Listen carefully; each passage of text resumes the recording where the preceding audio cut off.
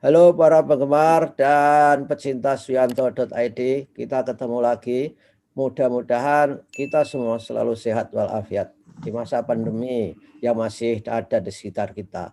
Kali ini kita tetap berada pada channel untuk berbagi pengetahuan dan belajar sepanjang hayat, Suyanto.id. Narasumber kita adalah Profesor Dr. Ali Saukah. Beliau adalah guru besar Universitas Muhammadiyah Kalimantan Timur. Dan kali ini kita akan membicarakan bagaimana cara menulis tugas-tugas akhir akademik, skripsi, tesis, dan disertasi. Akan kita petakan apa yang membedakan mereka, apa yang membuat skripsi beda dengan tesis, tesis dengan disertasi. Sehingga kita tidak terjebak untuk menulis disertasi tetapi serasa skripsi. Assalamualaikum Pak Ali. Waalaikumsalam warahmatullahi wabarakatuh, Pak Yanto. Baik-baik saja ya. Alhamdulillah sudah divaksin 2 kali, Pak Ali. Pak Ali sudah ya? Saya belum. Nggak apa-apa. Ya sudah, dengar saja juga imun loh itu. Sudah termasuk. Gimana, Pak Ali? Kali ini kita akan memberikan informasi untuk membedakan supaya orang-orang bisa melakukan sesuatu yang mutually eksklusif terhadap tugas akhir akademik mereka. Apakah membuat skripsi, membuat tesis, membuat disertasi. Gimana? Dari mana mulainya, Pak Ali? Ya, ini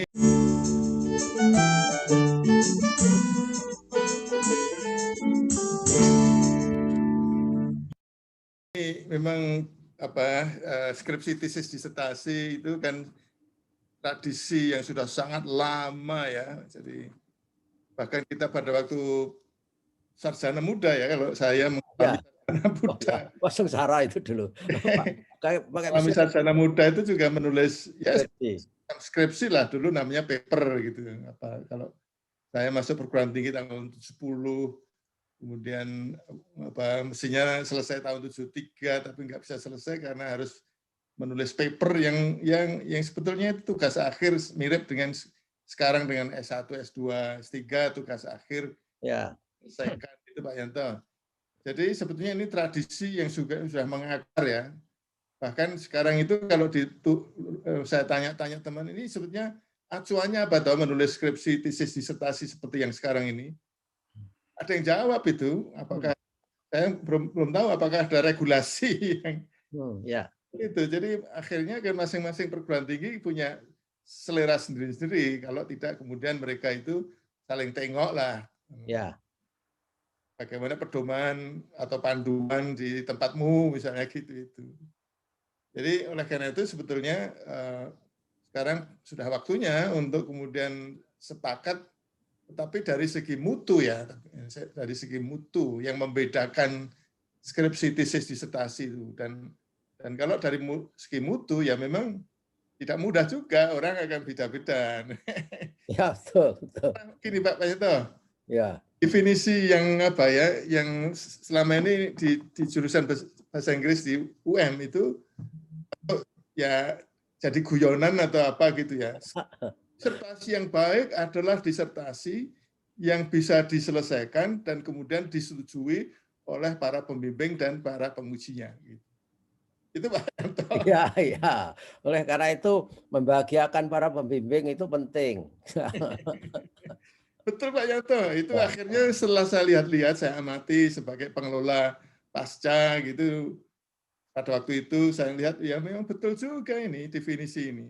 Tapi kan orang ketawa tuh, apapun yang sudah diselesaikan, ini disertasi misalnya, apapun yang sudah diselesaikan dan kemudian disetujui oleh pembimbing dan juga pada waktu diuji itu juga disetujui oleh penguji, maka itu sudah dianggap disertasi yang baik.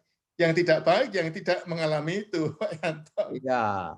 Yang tidak baik itu artinya disertasi yang tidak bisa selesai atau tidak dianggap selesai, kemudian yang tidak disetujui oleh pembimbing dan kemudian mungkin di penguji juga tidak menyetujui. Jadi ya artinya ya itu kan definisi operasional tuh artinya. Ya. Itu terjadi juga skripsi tesis itu. Belum lagi Pak Yanto, yang kita guyonan menyebut sebagai apa, cuci gudang gitu Pak Yanto. Ya, jadi cuci gudang. Tapi saya tidak ingin menyalahkan ya cuci gudang. Ya, ya, ya. Sebenarnya kalau ada mahasiswa yang tidak bisa menyelesaikan skripsi, tesis, disertasi pada waktunya, kemudian harus segera selesai, kemudian harus disetujui dan kemudian harus diuji, itu bisa juga itu bukan berarti mahasiswanya yang kemudian tidak pinter gitu. Ya. Nah, bisa juga setelah lulus dia ternyata wah Lebih hebat. terkaget-kaget setelah terbebas dari belenggu aturan. Ya, ya. Jadi saya tidak ingin mengatakan itu guyonan dalam artian, tapi memang yang namanya cuci gudang itu bisa juga Kalau karena kesalahan mahasiswa. ya, kalau di tempat saya, Pak, cuci gudang itu ada istilah angkatan 45 gitu. Oh iya, sisa-sisa laser pajang. Tapi itu nyata Pak Yanto, nyata yang kemudian memang kalau saya merasa itu tidak selalu negatif ya, karena saya lihat setelah walaupun dulu itu termasuk yang angkatan 45 sisa laskar pajang, kemudian juga gudang tadi setelah lulus, dia melejit. Oh ya, seperti jurusan di tempat saya, Pak Ali, itu IP-nya rendah-rendah aja. Oh sekarang bisa mendirikan PTS dengan mahasiswa 100.000, mempunyai kompleks 125 hektar. Ya nggak bisa. Bisnisnya ada rumah sakit, ada peternakan, ada pabrik gula. Oh luar biasa. Jadi luar biasa. Jadi ini memang sesuatu yang tidak boleh diremehkan dalam artian fenomena ini. Tapi yang penting kan kemudian itu ada acuan lah gitu. Ya kan itu hanya syarat formal, tapi formal pun juga harus jelas formalnya itu kan gitu. Seperti di Amerika kan kita sering mendengar be careful with C. Anak-anak yang mahasiswa yang punya nilai C itu harus diwaspadai karena ketika sudah di dunia nyata di Amerika itu klasifikasinya yang nilai A jadi dosen, yang B birokrasi, yang C itu dari businessman yang akan mengerjakan orang-orang yang nilainya A dan B. Yang bisa mempekerjakan orang-orang yang punya nilai A dulu ya. Ya, itu kan. Nah, itu tidak terlihat potensi itu ketika dia membuat skripsi, Pak Ali. Iya, iya. Betul. Saya ingin Pak Yanto. Bagaimana? Boleh ya, saya ingin flashback ya, melihat ini saya kira semua orang udah tahu lah mengenai skripsi, tesis, disertasi dari segi format dan sistematika. Ya, ya. Ya, ini ya, jadi misalnya kalau skripsi, tesis, disertasi itu memang punya format dan sistematikanya yang sama. Ya, misalnya ada kelazimannya sampai sekarang pun masih banyak, masih diikuti, ada bab 1 sampai dengan bab akhir lah. Bab akhir itu bisa juga bab 5 atau ada bab 6.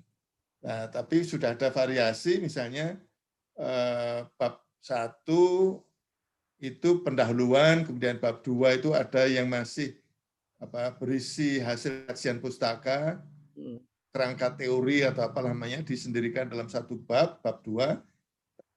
Ada juga yang beda mungkin juga dari dulu ada yang beda. Bab 2 itu bukan tempat untuk menuliskan hasil kajian pustaka, tapi langsung metode. Jadi hasil kajian pustaka itu diintegrasikan di bab 1. Ya. Kemudian bab 3 itu sudah mulai hasil.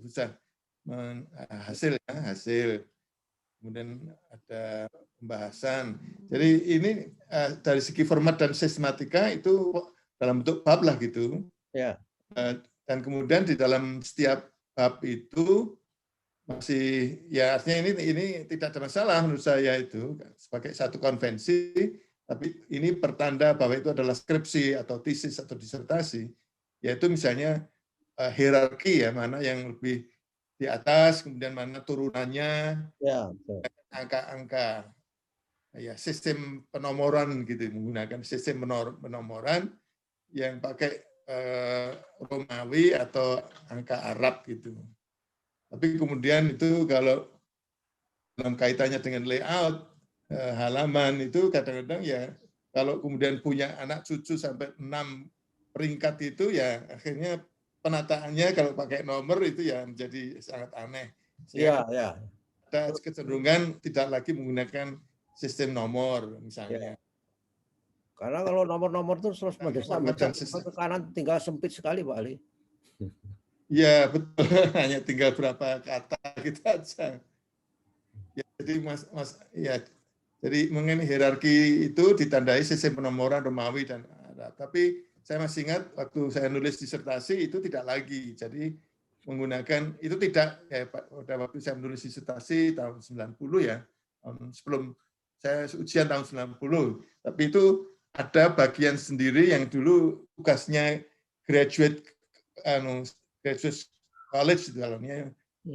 Isinya itu kendali mutu, tapi lebih banyak pada melihat format-format itu juga.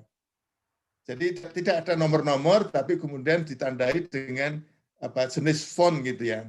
Ya. Mungkin huruf kapital, terus kemudian setelah itu kapital pada huruf pertama dan seterusnya, yang menunjukkan hierarki, tidak menggunakan penomoran, itu juga ada menanda itu. Yang penting memang mana yang ada di atas, mana kemudian anak-anaknya, kemudian sub-sub anaknya, ya itu tradisi penulisan skripsi, tesis, disertasi dalam kaitannya dengan format dan sistematika. Ini masih juga dari segi misalnya paparan apa namanya isinya itu masih banyak juga ditoleransi mengenai adanya kutipan-kutipan. Ya. Dan kemudian bagaimana mengatur kutipan. Kalau kemudian kutipan langsung yang kurang dari 40 kata itu terintegrasi. Dan kalau lebih dari 40 kata itu tersendiri di dalam blok paragraf begitu. Itu misalnya APA manual itu juga dulu masih begitu. Ya. Kemudian jadi artinya masih mentoleransi kutipan langsung ya. Jadi akhirnya setiap halaman itu terlihat itu ada kutipan langsung yang dalam bentuk paragraf ya. Tapi Pak Ali, kadang-kadang saya melihat anak-anak itu mengutip kutipan langsung banyak sekali, terus saya nggak bisa itu menerima. Jadi misalnya langkah-langkah itu jelaskan sampai berhalaman-halaman 1, 2, 3, 4, 5. Nah, terus saya entah benar atau enggak langkah saya, kamu kutip dulu konsepnya 1, 2, 3, 4 kutip. Setelah itu dijelaskan pakai kata-kata kamu, saya bilang. Iya Pak Yanto, jadi itu sudah menjadi pemikiran sekarang ini karena mungkin saja dari segi perbedaan skripsi, tesis, disertasi untuk kuantitas itu dibedakan dari segi jumlah halaman gitu. Jadi kalau kutipannya banyak, panjang, itu jumlah halamannya terpenuhi, itu Pak Yanto. Jadi itu memperbaikinya, saya kira 2 hal tadi Pak Yanto. Dari bagaimana caranya agar mereka itu tidak sekedar ngutip saja, tapi juga mensintesis lah gitu. Ya itulah yang saya maksud.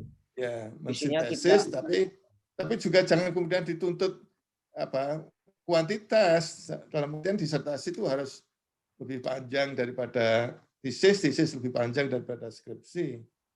Nah, selain itu Pak Yanto, sebelum ada kuantitas, itu ada juga yang masih mentoleransi mengutip dari kutipan yang pernah kita bahas sebelumnya ya. Jadi kalau dulu pada waktu perpustakaan itu masih dalam bentuk buku-buku cetak, bahan-bahan tercetak yang ada di perpustakaan, orang tidak bisa mengakses percetakan di tempat lain, maka kemudian akhirnya kan terbatas sekali, sehingga akhirnya kan yang digunakan sekunder, ya, kutipan dari kutipan lain, ya, mengutip yang dikutip oleh orang lain. Saya masih ingat Pak Yanto waktu di Amerika itu tidak ada alasan untuk tidak mendapatkan sumber aslinya. Ya. Karena ada namanya interlibrary loan ya. Jadi betul. Ya. Dari perpustakaan di perguruan tinggi lain dimanapun di dunia. Ya betul. Kita Tapi kan itu tapi itu sekarang sudah tertangani dengan adanya internet. internet. Dulu zaman kita itu sangat terkenal ya di Michigan tuh UMI namanya itu. Oh iya, Jenisnya microfiche index apa itu loh namanya. iya. Wow, sangat fenomenal itu. Iya. Luar biasa. Nah, sekarang itu kalau itu masih terjadi, kemudian mahasiswa mengaku tidak bisa mengakses, itu mungkin karena ketersediaan akses untuk pustaka yang ada gitu. Kalau itu ada dikutip orang lain pasti bisa diakses. Nah, kalau enggak itu ya mungkin males saja barangkali. Jadi, sebetulnya toleransi mengutip dari kutipan itu sudah tidak ada alasan lagi. Ya sudah nggak bernilai itu. Enggak bernilai. Jadi ya, karena kan pernah kita bahas kalau kutipan orang lain itu bisa juga hasil kesalahpahaman yang mengutip gitu. Karena itu kan dasarnya kan pemahaman terhadap teks yang bisa langsung. Kemudian itu kalau dikutip bisa juga itu ada kesalahpahaman, nanti bisa double itu. Nah itu Pak Yanto. Nah, jadi saya kira memang harus sudah tidak lagi ada itu. Tapi Pak Ali, ya. sebetulnya yang lebih esensial itu kalau soal format ya, itu semua perguruan tinggi kan punya punya pedoman. Kalau di Amerika dulu punya University Manual itu anunya. Ya. Namanya. Tapi yang penting itu kita perlu memberitahu kepada para mahasiswa yang akan menulis skripsi, tesis atau disertasi, membuat latar belakang itu loh Pak Ali. Ya betul. Itu nggak gampang, aduh ya ampun, nggak to the point, nggak concise, tidak ya betul. Jelas. Jadi justru tema riset yang dilakukan nggak pernah disentuh, yang disentuh jauh-jauh apa yang esensinya Pak Ali, latar belakang permasalahan itu. Ya, yang sebelum itu saya ingin mengatakan bahwa pada dasarnya panduan-panduan yang ada di perguruan tinggi itu, seperti juga perguruan tinggi saya misalnya, itu dulunya itu memandu melakukan penelitian. Jadi mestinya untuk panduan penulisan skripsi, tesis, disertasi, dan juga karya ilmiah yang lain itu panduan menulis, Pak Yanto. Ya. Kan panduan meneliti. Panduan meneliti kan kemudian ya tergantung dari metode penelitiannya kan itu.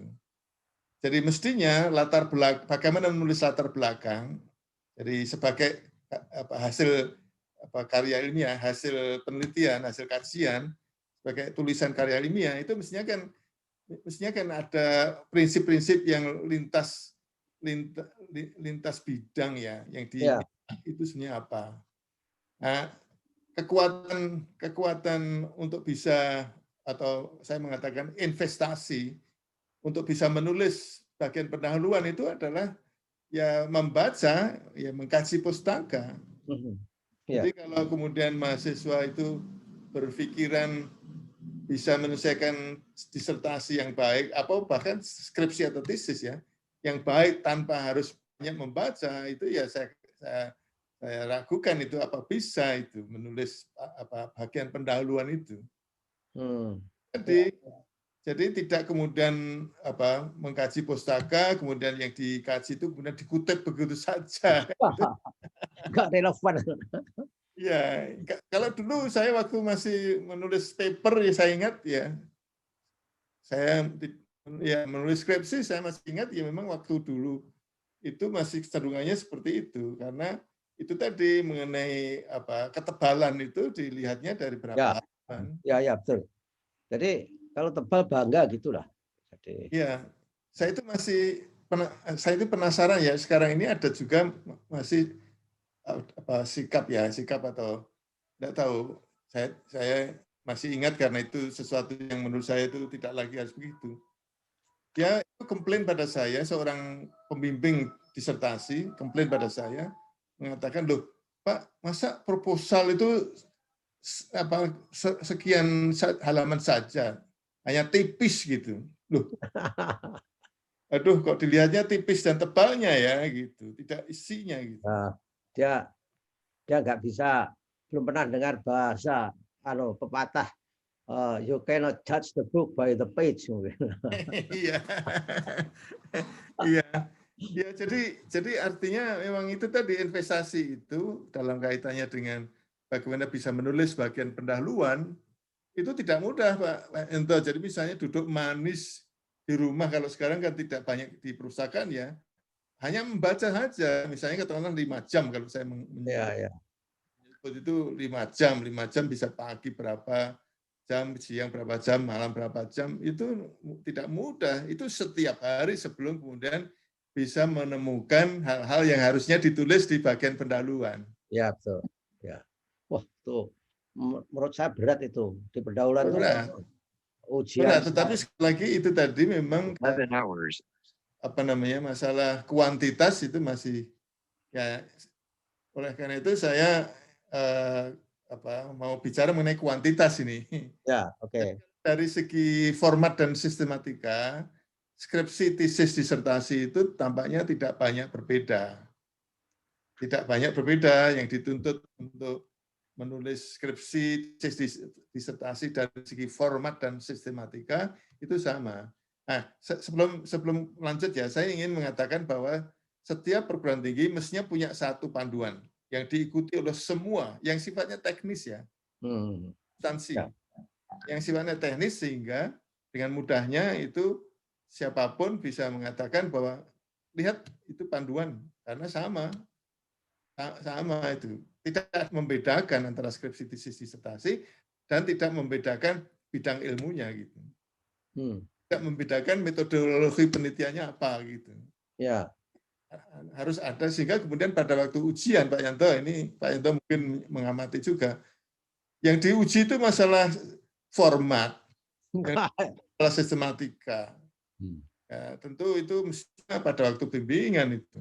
Ya, betul. Itu selalu terjadi itu. Ya. Sehingga kemudian ya itu apalagi kalau kemudian seleranya pembimbing atau seleranya penguji itu. Nah, sehingga kalau kemudian punya satu panduan mengatakannya ya ini sesuaikan dengan panduan, udah selesai aja, enggak usah diuji gitu. Ya. Gitu Pak Yanto. Kemudian ya. Pak Yanto kan ingat itu waktu apa namanya dalam meja ujian itu. Ya. Saya yang maunya itu teliti, tapi yang dicermati itu bagian-bagian yang tidak substansi.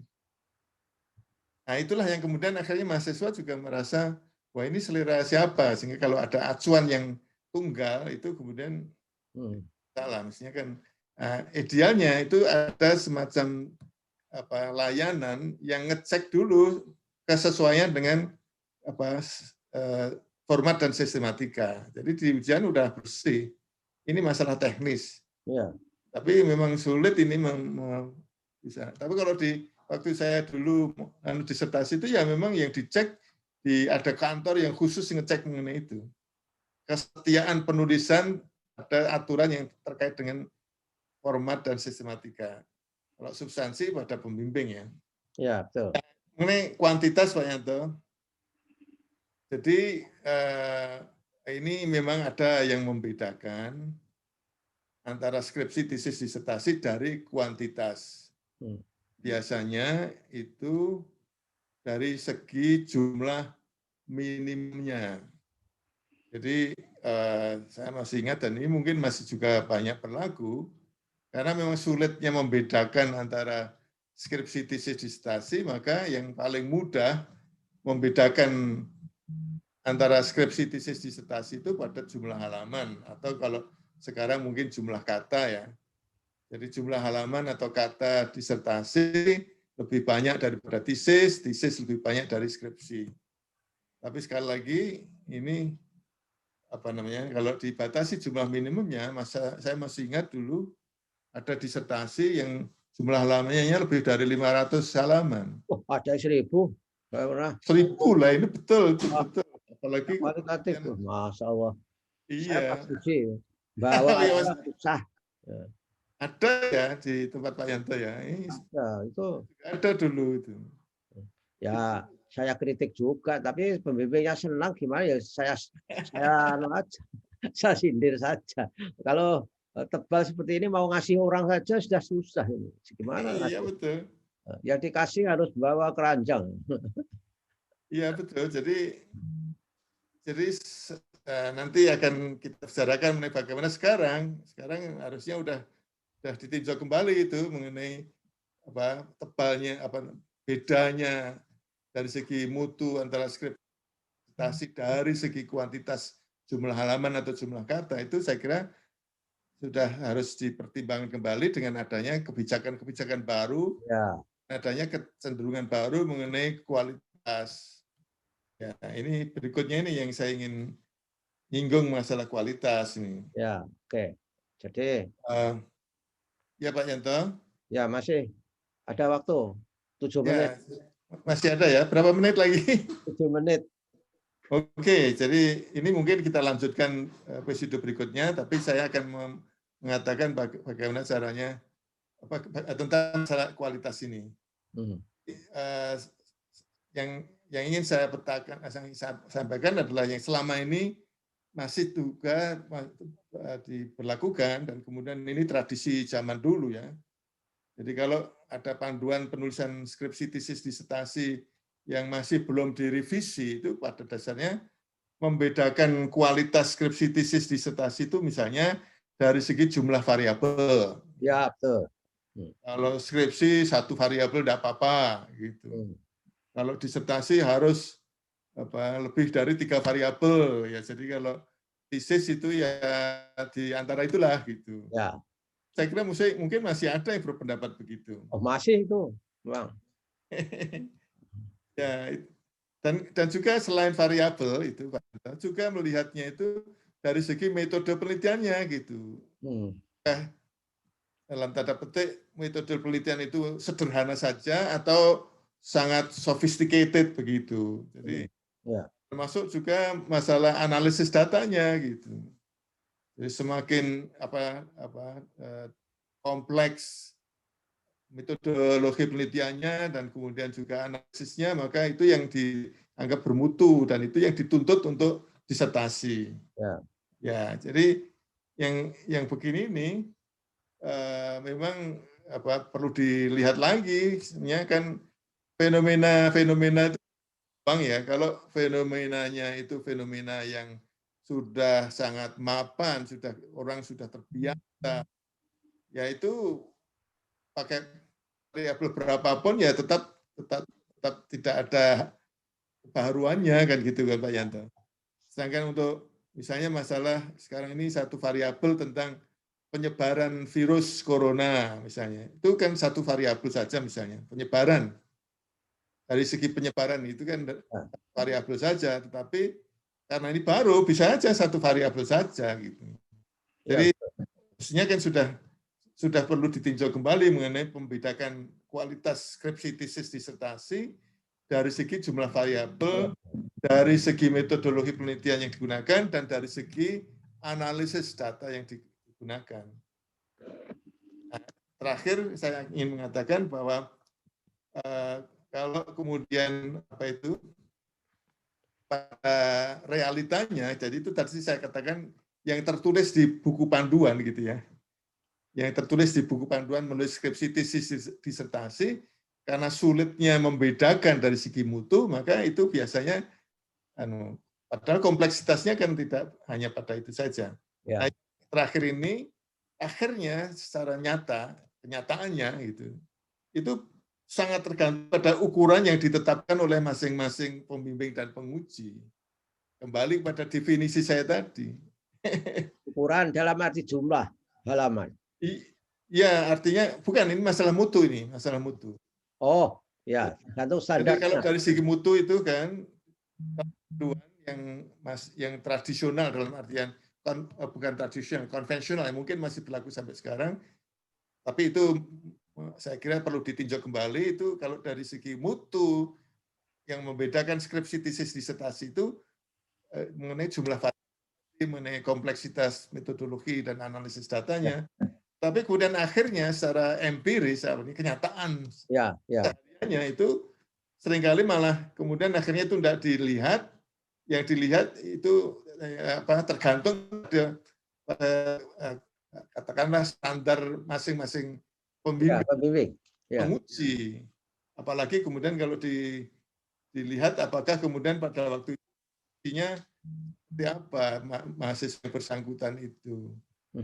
Ya, yang cuci gudang. Ya. Angkatan 45 itu tadi. Jadi kalau kemudian dimungkinkan ini masih ada satu hal yang mungkin ada dua hal ya. Pertama, bagaimana kemudian skripsi, tesis, disertasi itu dipublikasikan untuk mempublikasi hasil penulisan skripsi, tesis, disertasi. Dan kemudian ada juga yang saya anggap penting adalah bagaimana kemudian pada waktu menulis skripsi, tesis, disertasi, itu kemudian sudah bisa terlihat potensinya untuk layak diterbitkan di jurnal bereputasi. Ya. Jadi ada dua topik yang menurut saya itu perlu disampaikan mengenai kemudian bagaimana menulis artikel, dan kemudian juga terkait di situ menulis artikel hasil skripsi, tesis, disertasi. Tapi yang ini apa yang saya pikirkan, yang baru saya pikirkan bagaimana kemudian kiat menulis skripsi, tesis, disertasi yang kemudian sudah layak, berpotensi paling tidak layak diterbitkan dalam jurnal yang bereputasi. Nah itu kalau kemudian ada mungkin minimal satu episode lagi, kalau bisa dua. Ya, bagus Pak Ali, karena itu kan hilirisasinya yang sederhana terhadap penulisan karya disertasi, tesis, dan skripsi itu. Jadi dituntut untuk publikasi. Saya kira kita bicarakan di episode berikutnya ya, Pak Ali ya. Dan, ya, insya Allah ya. Dan siap. Oleh karena itu, untuk saat ini, saudara-saudara, kita simpulkan bahwa untuk melihat bedanya skripsi, tesis, disertasi itu banyak aspek yang disebutkan tadi. Ada jumlah, ada kualitas, ada variabel.